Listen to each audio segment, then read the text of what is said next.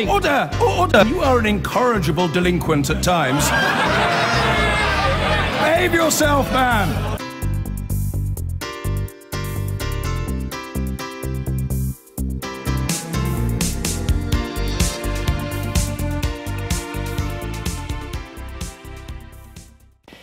UKIP says its election manifesto will include a pledge to ban the full face veil worn by some Muslim women.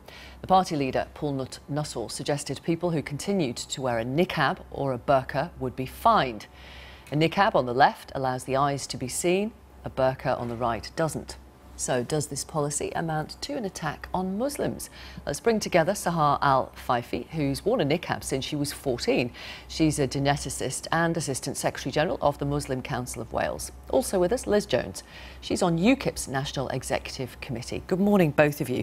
Good morning. Good morning. Liz Jones, tell Sahar Al-Faifi why you would ban what she's wearing right now. Well, two reasons. Number one, we have the issue of security. I'm sure you're aware, Sahar, on the 21st of May 2005, one of the London bombers endeavoured to escape by wearing the full niqab. So we have a security issue. Also, I'm sure you're aware, there was a recent robbery at Selfridges store in London where all the robbers wear the niqab. Also, I'm sure you're aware that there were big issues in student campuses, in the dormitories in Cairo, Jordan and Afghanistan with terrorists entering those buildings wearing the niqab. So we have a security issue. Sorry, on that point, would you ban motorcycle helmets then and balaclavas? Because we've had robberies with people wearing those as well. Well, most shops, most public spaces... Would you ban motorcycle helmets and balaclavas using the same logic? I can't, no, because it's about public space. It's about the sharing of public space. You cannot enter certain public areas. No, but you can commit a robbery. If it's about security, you can commit a robbery wearing a motorcycle helmet or a balaclava, can't you? You as could. Well as a niqab. It is correct. But you're not saying ban motorcycle helmets. No, because there's another element. There's another element to that, Carry of course, on, for sure. The second element, of course, is the issue of integration. And we have to accept that the move of the 21st century is toward total inclusiveness. And inclusiveness and cohesion within the public space. So many people would consider that a woman being covered would show that she is separated, whether willingly or unwillingly, from society. In fact, I'm sure you're aware, in 2006, Jack Straw, the Labour MP, spoke vociferously against the face veil, and he was supported by Gordon Brown. He was also supported by Tony Blair, and I'm sure you're aware in January 2016, David Cameron reiterated that and said that public authority should have the right to set down reasonable rules with regard to the wearing of the face veil. And I'm sure you... Let Sahar Al-Faifi respond now. Yes, thank you very much. First of all, I have to explain why I am wearing the face veil. Number one, it's an act of worship. I am a human being who is in a spiritual journey, trying to connect with God, and that's why I'm wearing it. Now, the narrative that niqab or the face veil is somehow undermine security, it's a false narrative, because number one, Muslim women who chose to wear it are minority within a minority, and this minority are more than happy to reveal their identity, whether an ID card or whenever is needed. So security is a false narrative, but with the rise of Islamophobia and the hostile environment around Muslims, there is politicians making irresponsible comments across the political spectrum, not only UKIP, because now it suits the context that we live, demonizing and scapegoating minorities, and the easiest target for that is the Muslim woman. Now, if we are talking about empowering Muslim women and enhancing their integration, surely you should support their right to express their faith in the way they want. Theresa May said on the hijab day in February, what women wears is her choice to wear. So when we have people telling us it's actually a security issue, it's undermines integration, we have to talk to those women who chose to wear it. I am a geneticist. I participate in public life. I campaign for social justice. But what you have the far right like UKIP trying to distract the public from the more important issues like housing, unemployment, creating jobs for the youth, using this piece of fabric that I chose to wear it, part of my faith, part of my identity. Okay. I have to say it's not, number one, it's not a far-right issue. As I said earlier, in 2006, Jack Straw of the Labour Party... Did you know that he apologised for it? Yeah, he did apologise. In London. Did apologise, he apologised publicly for it. Yeah, he apologised for it, but he did have the support of Gordon Brown, he did have the support of Tony Blair, and as you're aware, David Cameron... But he apologised for it. It's a mistake. Yeah, but David Cameron... The difference with those parties is they never put it in one of their general election manifestos. They have equal access to politicians. They haven't put it in a manifesto. Whether they wear niqab or they don't. Hang on, please don't talk. Please don't talk over. I'll give each of you the right time. It's not an issue with regard to religion per se, because in 2017 Morocco banned it. The Grand Mosque in Mecca has banned it. It is not common wear in Iran, Turkey, Bangladesh, about Britain. Pakistan. And Britain is a multicultural Of course it is. I appreciate that. And that's why within the private sphere, you are free to wear whatever you want within the private sphere. However, because of the very fact that we're a multifaceted, multicultural nation now, the public sphere has to have communality so that all segments of society can feel that they can belong and they can feel safe and they don't feel ostracised. Now let Sahar Al-Faifi respond. Thank you very much. Is commonality means unifying everyone and that we have to look the same? Is this what you're talking about? This is assimilation. This is not integration.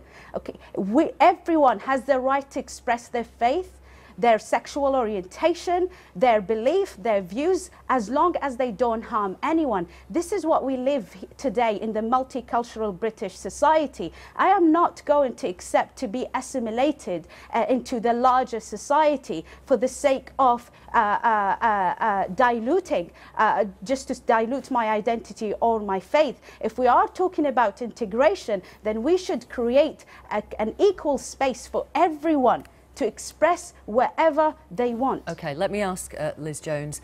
Your leader, Paul Nuttall, said, yes, wear it in the privacy of your own home, but when you're out and about, you would be fined. How will that work? That would be a matter for the police to organise. I understand that they've organised it in France. As you're aware, it is now illegal since 2011 to wear the burqa in France. I understand it is a fining situation. I don't know how the police would manage that. That would be a matter for them to organise. Anti-Muslim sentiment has led to an increase in physical, verbal and online attacks previously in Britain. Do you think the same is going to happen this time? No, not at all. Why? There are many Muslims in this country who would support a burqa ban. We've had well-known Muslims speaking out. Salman Rushdie has spoken out against it. What if it does lead to an increase in verbal, physical and online attacks? What, by banning it? I don't see... If wearing the face veil was made a criminal offence, well, not necessarily a criminal offence, be a low-level offence. What do you mean? It would be simply... Low-level non-criminal offence or a low-level criminal offence? It would be on the par, I would say, with antisocial behaviour, which was a previous Labour initiative.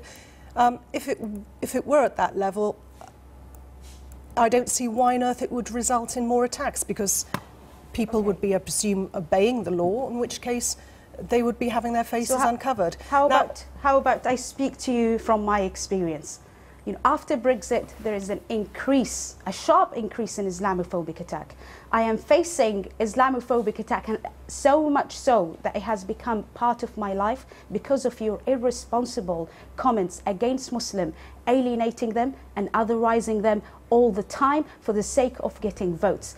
I'll give you an example. I did an interview with BBC in response to the proposed anti-extremism laws by David Cameron, and someone passed by, looked fearlessly at the camera and swore at me, "You're an F-word bomber," because you and the like of you, they say that I, as a Muslim, am threatening the security, I'm threatening the society. When people see politicians like you speaking in the media like this, someone in the street have the guts to look at the camera and say, "You're an F-word bomber." Now, if we are supporting community cohesion, then we must reject hate and bigotry. This is what happens in the front of the camera. You can imagine what could happen behind it. Someone like me who's highly educated, working tirelessly to treat cancer patients, is being abused in the street. Now, is that acceptable? Is that acceptable to discriminate against anyone? It's just not because okay, well, now let Liz, you've asked her a question. Sorry, Sahar, you've asked Liz Jones a question. Let her respond. It's not acceptable. It's a criminal offence. Did you report it to the police? Did you do anything like that? Of course I did.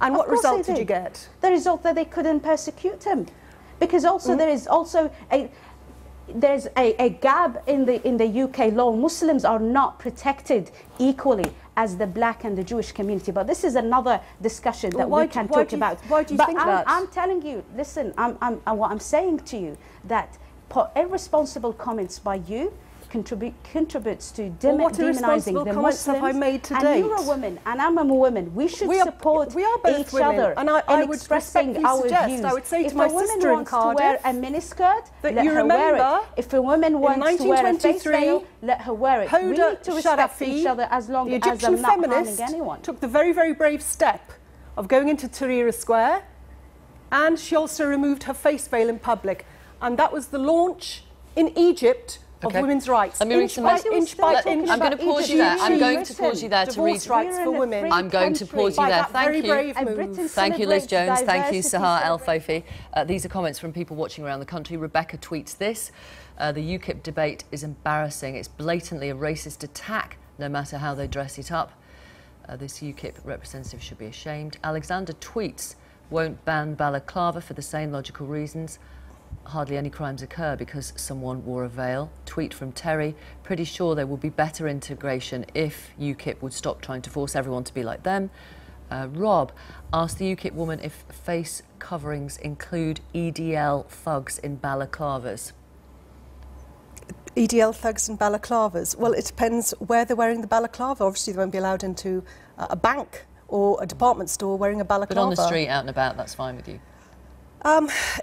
It's about being in the public domain. If people find that intimidating, if that's an issue. So that's fine for EDL thugs and balaclavas out and about on the street? You're not suggesting banning that or putting that in your manifesto? I wouldn't be suggesting putting balaclavas in the manifesto because it's a double situation. We have the security situation, and if that saved one life, it would be worth doing. The other situation, of course, is the integration situation where Do you think it makes it easy for people to integrate with EDL thugs wearing balaclavas? Well, how many EDL thugs wearing balaclavas are there? I'm not aware of having seen one on my way to this studio today. I don't think I've ever actually seen one in my life, to be honest. Have you? Okay. So sorry, Yeah, speaking again about integration. Now let's talk about facts. 26% of the NHS staff are agents. Muslims contribute almost £30 billion to the British economy. 50% of Muslim females or 50% of Muslim students generally are in university in comparison to 38% of the general public. This is what I call integration. Okay, final question to Liz Jones of UKIP. I just wanted to get your reaction to the fact that one of the French presidential candidates going through to the final round is Marine Le Pen, tough on law and order, anti-immigration. How do you respond to that? Well, I don't know if she's necessarily anti-immigration. I know that she wants to have more secure measures within France, and that's a matter for her. I don't seek to make any comment about her policies. I'm in Britain and I'm concerned for the British public. Now, I will say... Would you rather she won compared to the independent centrist candidate Emmanuel Macron? I am not going to get involved with the French election. That would be impertinent. No, do you have an opinion? Well, not really. It would be impertinent of me to express. No, it wouldn't. You're allowed to express a personal opinion about who you'd rather win the French presidential election. I wouldn't like it if she were to start making remarks, particularly about the British election, saying people should vote for this one or that one. I'm not asking you to tell people who to vote for in France. I'm just asking who you prefer out of the two. Well, I prefer Marine. She's better looking. OK.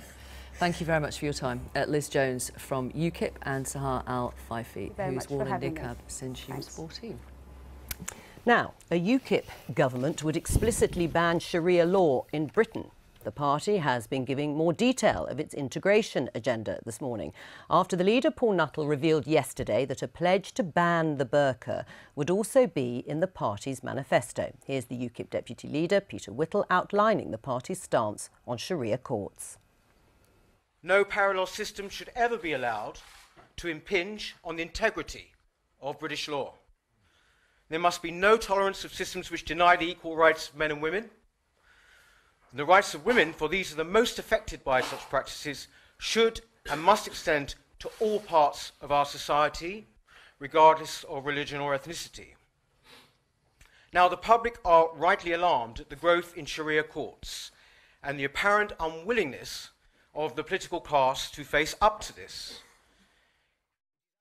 That was Peter Whittle. I'm joined now by Margot Parker, UKIP's equality spokesperson. Thank you for coming onto the programme. Banning Sharia law and Sharia courts, they don't have any standing, of course, under the British legal system. So how are you going to ban them? Are you literally going to go round and stop them taking place? Well, actually, when we sit down and put this completely together, which will be part of our manifesto, this is really about not allowing women to be second-class citizens so that they are well represented fairly.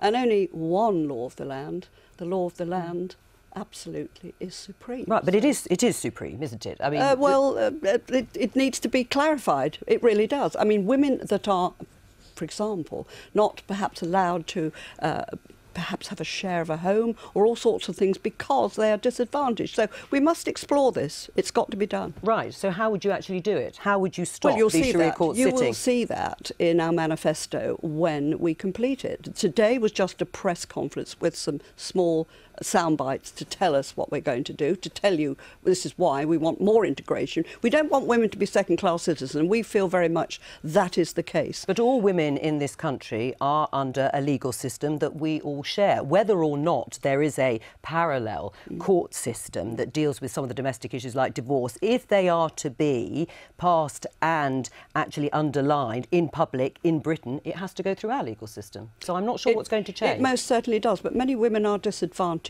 by these Sharia courts, and we have a lot of evidence for that. So we must tackle the inconvenient problems that have been allowed to grow, and we must make sure that women are not subjected to being second-class citizens. No. We must deal with it. Right. Paul Nuttall has called the burqa a barrier to integration. But wouldn't the proposed ban be a barrier to a cultural and religious expression in a multicultural society? No. I mean, you don't have people covering their face working for you in the BBC. So, I mean, I think it's quite threatening to see people completely covering their face.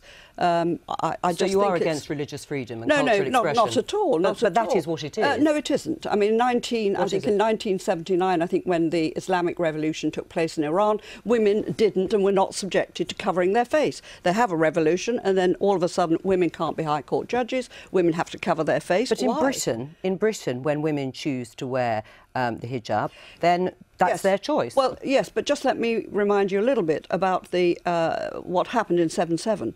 A man dressed as a woman and covered his face after 7/7 and got all the way to Rome. So it's a security issue? There is a security issue. There are lots of issues. It's not a barrier to integration? No, I think it is a barrier to integration. Right. Why is it a security issue? You raised that issue particularly, but if it's about people's faces being covered on CCTV footage, for example, what will you do about people wearing balaclavas or helmets or masks? Well, they can't, of course, in banks. You know, you don't do that. But already... But you're saying it's the thing about security on CCTV. The face covering is banned in France already. It's going to be banned in Germany. It's pending regulation in Austria. Does that make it right? I think it does. I think we're ahead of the curve here. We're standing up for women. We're saying, you don't need to do this. If this is oppressive to you, you don't have to do it because some men have told you but you're this not is what saying you you don't must have to do it. You're wanting to ban it. Yes, we are. Yes, Yes, we are. We want to give women that right. You will be telling women what to do. No, I'm not telling them what to do. I'm saying here is religious freedom for you. You don't have to cover your face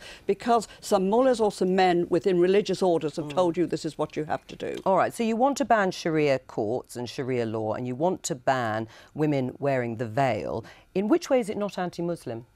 Well, it's not a question of being anti-Muslim. Let's take these the religion. are only directed at Muslims. Well, yes, because that's the problem area, is it not? Right. You could also ban the courts that the ultra-Orthodox run, the Beth Din, but it's also a parallel legal system, but you haven't called for that, and you haven't called for any other expressions that people might use in terms of their religion. You haven't called for them to be banned, the cross. What we've called for today is integration, not segregation. And I'm afraid that there are communities around the country where women are very much segregated. They don't actually integrate in society. Perhaps they're not even allowed to necessarily speak the language. I mean, we have all sorts of instances where women are definitely held back, and we want to stop that. We want them to realise their full potential. Well, let me ask my other guests. Alistair Burke, would you support banning the burqa? No. Why? In a free society, you don't tell people what to wear.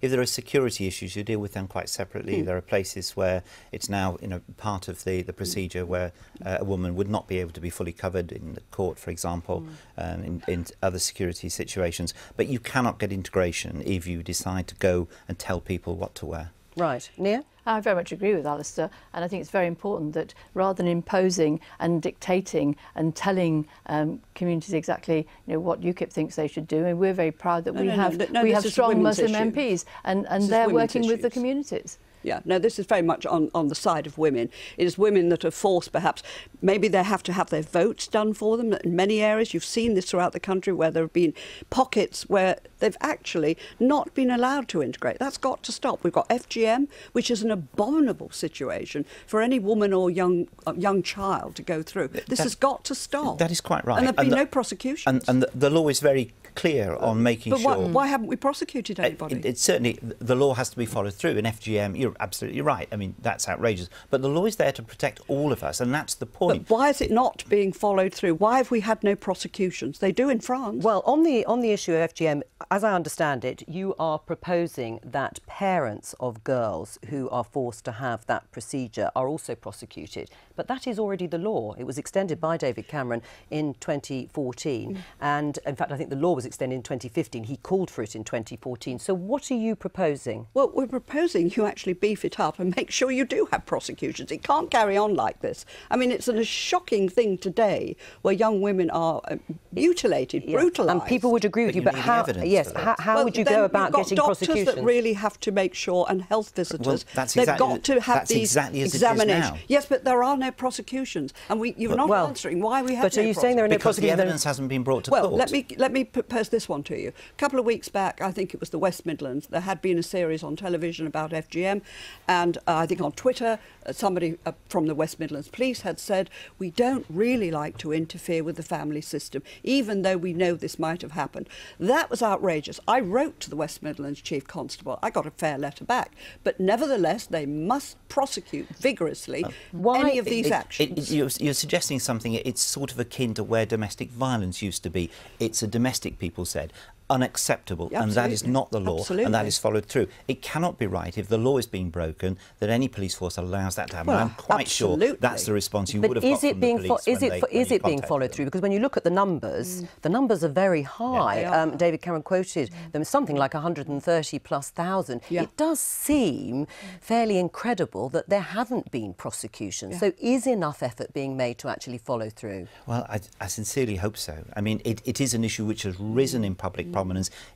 People weren't aware of it some little time ago. It's got to be out there. But the answer is to make sure people feel able to come forward and don't feel in some way they're being stigmatised for a faith or anything like that. Can I just very That's what makes it difficult to get the evidence, to get the prosecutions we would all want. What about banning Sharia law and Sharia courts so there isn't a parallel legal system in this country? Would you support that? Well, as you've explained, because there isn't a parallel legal system, it isn't a legal system, it's not recognised in our law. And I think the really important thing is that we work with our Muslim communities, and as I've said, we have some excellent women Muslim MPs in the Labour Party, and let's make sure that we are working together, and we're making sure that discrimination in all its forms is eliminated.